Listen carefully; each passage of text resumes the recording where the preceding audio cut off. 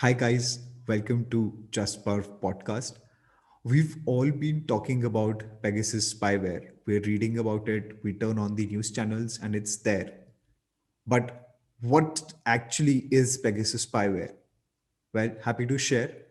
I got a chance to speak to Kabir Agarwal, person who has been in the middle of this entire Pegasus spyware scam.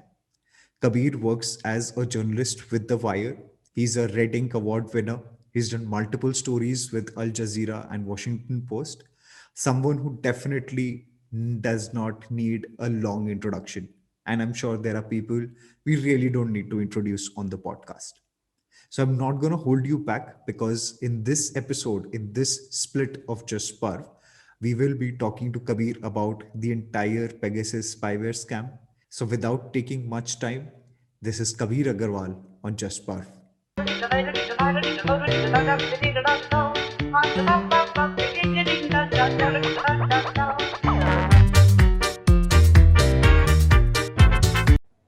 Hi Kabir, welcome to Just Parv podcast. Thank you so much for taking time out for this podcast. I think we've been discussing this for quite some time. But the topic we want to discuss, I think it's the right time for us to schedule this and have a discussion around it. No, I think the right time was 2 months ago when you started this. I've been waiting since that day to be on this. So I am very honored and glad to be here finally. Thank you so much. Like I'm sure you would have noticed, there's a just per tradition where we always give two food options. But in your case, I've twisted this a little because I know whatever food option I'm going to give, mangoes is going to be the answer which you would definitely want to go for. So I've twisted this a little bit, knowing that you're a big cricket fan. There's a place where you can have one bowler and one batsman, but out of these two players you can select only one person. Okay, so you are in need of a bowler, you are in need of a batsman, but you can select only one player out of these two. So which one would Okay. you go for? You have Rahul Dravid and you have Ajit Agarkar. Oh, this should I think I should also point out here at this point that these two options emerged because Perv and I have been childhood friends, so he knows me in and out. I think we've known each other for almost 30 years now. Yeah, absolutely. So yeah, this is really difficult. I think I will go with Ajit Agarkar because Rahul Dravid. Even though he's my most favorite human being of all time, not just cricketer, Yeah. but Ajit Agarkar is my favorite cricketer as well. And I feel that Ajit Agarkar has not got his due. Well, Rahul Dravid largely has. Yeah. So to that extent, to contribute in Ajit Agarkar getting uh, more of his due, then I would pick him in that case. Yeah, absolutely. I think we've had these discussions so many times. For all the listeners, we've grown up literally copying the way Ajit Agarkar used to bowl, with his hand right here and during his run up. Yeah, so that's Yeah, something which we've picked up when we were young. with very limited skill Very limited skill, absolutely. and with very limited success as well. True. So we're going to jump straight to our topic, Kabir. Usually we do introductions, but I'm going to leave that for our split two, where we will talk more about your journey as a journalist. But what we really want to talk about right now is the Pegasus spyware, or something which is talk of the entire nation. Uh, for our listeners who don't know, Kabir works with The Wire, and he has been in middle of whatever has been happening around. Huh. So Kabir, for our listeners, just to keep it simple and as easy as possible, what is Pegasus spyware and where did this all start? Yeah, so to best understand Pegasus spyware, I think the one line that would describe it the best would be that this is the most powerful and effective spy in the world. And this can be your phone. So if Pegasus is in your phone, Pegasus is a spyware developed by the Israeli firm NSO Group. Once this software is in your phone, and this can happen without you noticing. So usually one thinks that when there is a malware which enters your phone, Yeah. there is a missed call or there is an SMS through which it enters. But now the latest technology which this firm has developed, you would not even know that a spyware is in your phone. And once Okay. it's in your phone, and you can do nothing to stop it. And once it's in your phone, it can do more with your phone than you can. So it can switch on the camera, it can switch on the microphone without you noticing, without you knowing. It can record your calls, it can look at your emails, your passwords, it can take your contacts, everything that is on your phone is up for grabs. So somebody And sitting you're somewhere, saying, and whoever, you're saying for this, we don't even have to click on a link. Even a missed yeah, call would do. I mean, not even a missed call. In the past, that is what we knew. We thought that that is the attack vector, as it is called. That there is an SMS which comes with a link. Usually, that was the way that it was done in the past. That an SMS comes with a link. Once you click on that link, then your phone is infected. If you don't click on it, then your phone is not infected. Or a missed call, so you can see the missed call, Yeah. and possibly, I mean, there is nothing you can do to stop it even then, but you can at least see the missed call. But now with the latest infections that we are seeing, that we've seen through the Pegasus project, some of them are, I mean, the person who's using the phone is not even aware that this has happened.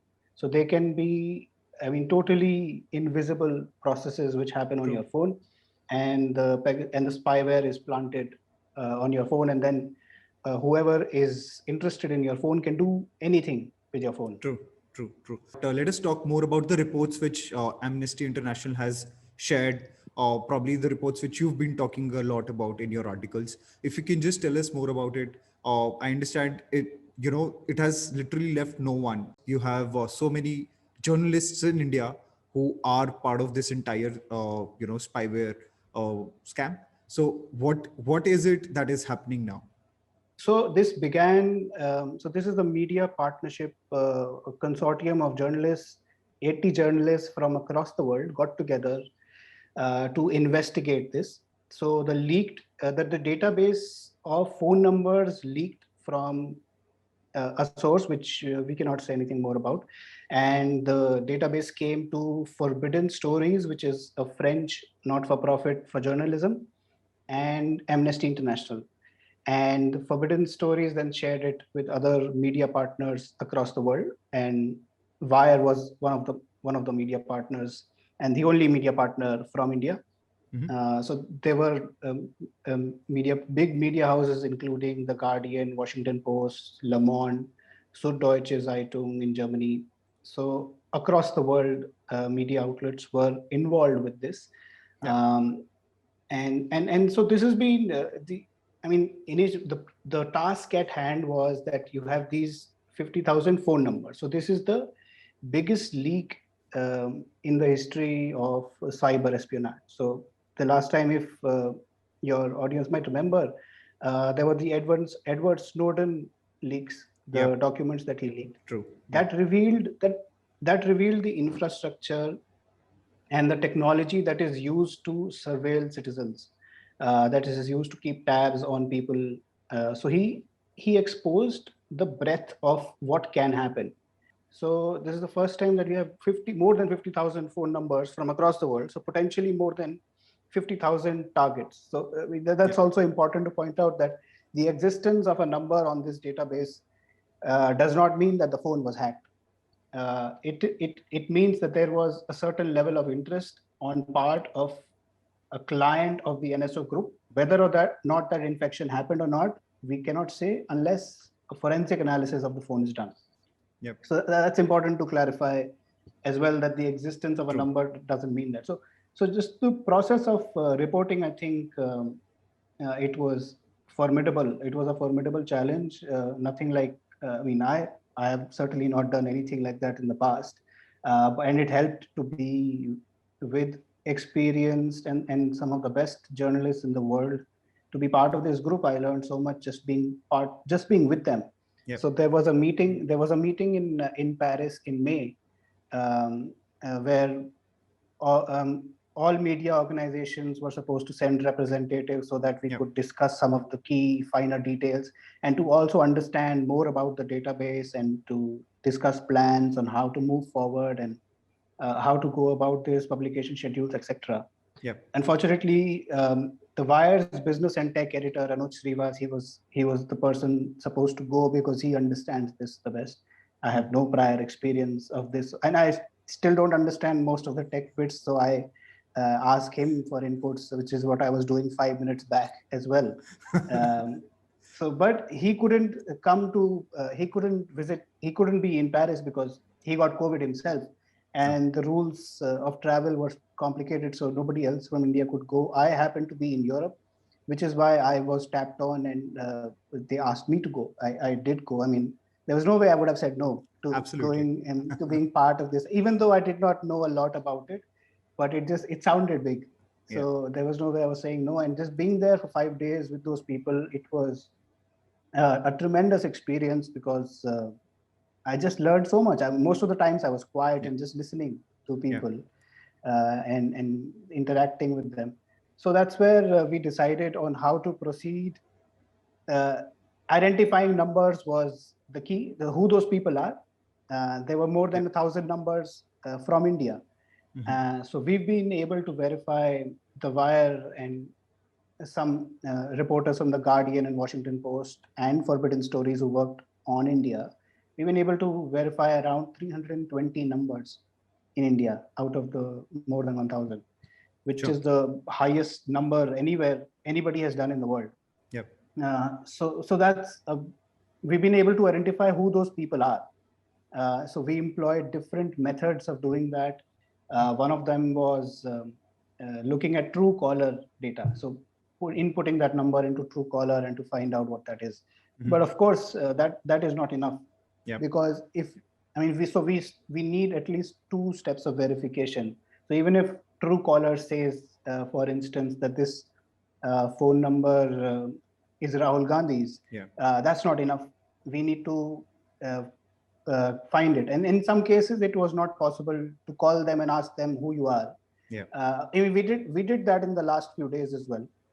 But I mean, doing that would also endanger the project because Then the word is we out. did, yeah. So we could not risk a Yeah. leak. And in India, it's a huge risk anyway, Yeah. because I mean, it kind of happened because when we sent the letter to the government of India, Yeah. um, some reporters got wind of it, and so the last 2 days before publication, word was all over. There was buzz everywhere. Everyone on Twitter was talking about it, that a big story is coming, Yeah. and people were texting us to. And somehow they also knew that the Wire is the one who's doing the story, so they were also Okay. texting us to. This is only journalists, Yeah. and the journalist's favorite pastime. I think favorite. I mean, this is what they do as a living, is gossip. So everybody just wanted to know what the story is. Yeah. Um, so we could not risk that. That is why it was a complex process of just talking to people about it. I mean, even if the people themselves we knew might not be risks of a leak, Yeah. even then we could not call them and tell them that this has happened because their phone might be infected. So someone True. else might be listening. Right. So it was very, very difficult to do it, but we managed to do some of it. It's still not over though. Yeah, yeah, yeah. But I'm sure it must have been a great experience for you, and you are actually in the middle of everything, whatever is happening. I'm sure an exciting story and exciting learning for you. But let me just pick on that point. When this project started and the way NSO has been talking about it is initial aim was to curb terrorism. But I'm sure and everyone would have appreciated if the project came into limelight in that fashion. But I can understand that the disconnect is because the list has only journalists, people from academics, lawyers, instead of criminals, right? So I can totally understand the disconnect there. Uh, what are your thoughts about it? Yeah, so NSA has always maintained that its technology is used by vetted governments. Uh, Governments vetted that they do not commit human rights abuses, and vetted by who we don't exactly know. Uh, and the technology is only used to curb crime and in terrorism, Yeah. and to curb terrorism. But that's we've often found that's not been the case in many cases as well. In the past as well, in 2019, WhatsApp revealed that there were some there were lots of numbers, which phone numbers, which were hacked using a vulnerability in WhatsApp. There were Okay. 120 such phones in India. So this has happened in the past, and these were all again journalists, lawyers, activists who were hacked using the vulnerability in WhatsApp. WhatsApp is actually suing NSO over this. So this has been known for some time that once this tool is in the hand of governments, Yeah. they can use it to do whatever they want with it. They have used it to go after political dissidents, like in the famous case of Jamal Khashoggi, the Yeah. journalist, Washington Post journalist, who was murdered inside the Saudi embassy in Turkey, in Istanbul. So this project has also revealed that several people close to him were targeted using Pegasus. And this is the case all over the world and in India too. So political opponents like Rahul Gandhi, Yeah. um, two of his phone numbers appear in the database. Prashant Kishore, also the political strategist who was helping Mamta Banerjee with her campaign in West Bengal recently, Yeah. his number appears in the database. We were also able to do forensic analysis of his phone, and his phone showed infection, signs of infection. Even on the day that we took his phone, even on the day that his backup of his phone was uploaded. So the time that one of our reporters was with him, and all throughout the West Bengal campaign, there were signs of targeting, the signs of infection on his phone. Yeah. Uh, so again, not a criminal, not a terrorist, then activists, activists of all hues and color, and even BJP's own ministers like Ashwini Vaishnav, who now somewhat comically is the ministry is the minister for information. And he was actually the one on Monday, a day after the first story broke. Mhm. He was in Parliament defending the government on this, saying that these hacks are not possible and this is the fake list. And minutes later, his name appeared. That we In the we list. broke the story that his name is also on the list. Then we have Prahlad Patel, who is also a minister in the government. 17 people associated with him were in the list.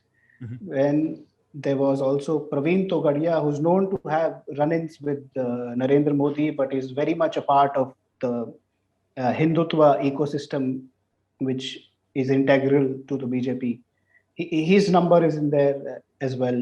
Then there is Vasundhara Raje Scindia's secretary. His Yeah. phone number is in there. So I mean, none of these people uh, can be said to be terrorists or criminals Criminals or or terrorists. suspected. Yeah. Yeah. Yeah. So I mean, this goes to show that, I mean, usually one would expect that even if a company like NSO says that if you are aware of what happens, let's just talk about India. That if you're aware of what happens in India, then you would Yeah. expect certain usual suspects to be in there. This would include activists, certain journalists. But in this list, we even see journalists who are usually considered to be friendly to the government. Some of those people also appear in the list. Mhm. So, in that sense, this is what one of our founding editors calls this list, M.K. Venu. He says this is a very secular list because it doesn't leave out anyone. Everyone is in there. So, and it, again, that I mean, and NSO has acknowledged this. NSO has said after our stories have been reported that if, I mean, they will investigate that if there is any journalist or activist who's been targeted using this, Yeah. and they certainly don't stand for that, and they will come with a heavy hand against the governments who have done that. But they've said that in the past also, and it's a very opaque way that the company runs. So we don't really know what's going to happen. But they Yeah. still maintain that this technology is not meant to be used for journalists and activists, but it's not, we're not really sure how they can ensure that it won't be. Yeah. I think we have always talked about those times, right? During our normal conversations, whenever we are sitting with our friends and family, that uh, you are being tracked, right? We just talk about it, and with now such spywares out in the ecosystem, and we're getting to know more about them. I think it just validates. But Yeah, let it's right here. It's right here. absolutely. Uh, Possibly, I don't know. Possibly, yeah. But let me just ask you one question here. You said that you were able to track and identify whether the phone is infected or not. So, what are the early signs when one could sense whether my phone is infected or not, or is it through some complex algo you can identify that it is infected with the Pegasus spyware? Yeah, I think on your own it's very difficult. I think virtually impossible Yeah, to figure out if your phone is infected or not. You can suspect, but I mean, I don't think that's possible because yeah. most of the people that who've been found to be infected, they did not suspect anything. Hmm. So Amnesty International's tech team was able to come up with a methodology to inspect the phones, Hmm. um, inspect the phones which were in the database, and to check if there was any sign of infection, of Pegasus infection. They have a methodology by which they, and this works better for iPhones, because on an iPhone the nature of the operating system is such that logs, the detailed logs of activity on your phone are maintained. Yeah. So a person who can do this, the technology, a person who's well aware of the script and the code, can see those lines of code and determine which of those might be Pegasus infections or have are known to be Pegasus infections. Hmm. So Hmm. through that process, Amnesty was able to determine, on the phones that we were able to get to them for forensic analysis. And this methodology was peer reviewed by Citizen Lab, which also helped, which has been at the forefront of finding cyber espionage on phones in particular, and was able to determine the hacks that happened on using the vulnerability in WhatsApp, which I spoke about earlier in Yeah. 2019. Yeah. So, so they peer reviewed it, and they vetted the methodology. So the methodology is solid. And now the French government has also done its own forensic analysis on some phones, and they've also found infections on those phones. Hmm. Hmm. So more and more as time progresses, we're finding more and more infections. More people are coming forward and this is sort of peer to peer, and we can only learn more as more people come forward to analyze their phones. Because one of the problems that we faced was that when we would approach people and say that we would like to forensically analyze your phone, Yeah. they would be wary because they would be scared that how much of my data is Amnesty going to see? What if they see my True. photos, and what if they see my messages? Yeah, so there were those apprehensions which are perfectly natural, Yeah. to be there as well, even though there is, I mean, there is a way to deal with this situation as well. But it was difficult to convince some people. But now more and more people are coming forward since the stories are broken and they understand that this is real and this is big. Yeah. So through, I mean, I think through that process, it's only going to improve, and perhaps one day we will also have the problem with the Androids is that, which is particular problem we faced in India, because in India there are a large number of Android phones. Hmm. Um, that the Android operating system does not maintain those logs like the iOS does. Okay. So even if the infection is there, it's very difficult to find it. So that is why our ability, Amnesty Tech's ability to conduct forensic analysis on Android is limited. Even though Hmm. we tried several phones in India, but the only thing we were able to see was suspicious SMS messages known to be linked to NSO, which we Hmm. found on 2 or 3 phones. But no sign of infection within the phone, because it's um, I think I'm not wrong. If I'm not wrong, it's virtually impossible as of now to find infection in Android phone. Hmm. Hmm. Okay. Okay. Okay. But what's the next step now? I mean, while I understand there are multiple nations have already started doing their own private investigation, the governments are actively doing that. What's next for India? Is there any investigation lined up? While there's huge hue and cry in the parliament now, but what do you sense is coming up now?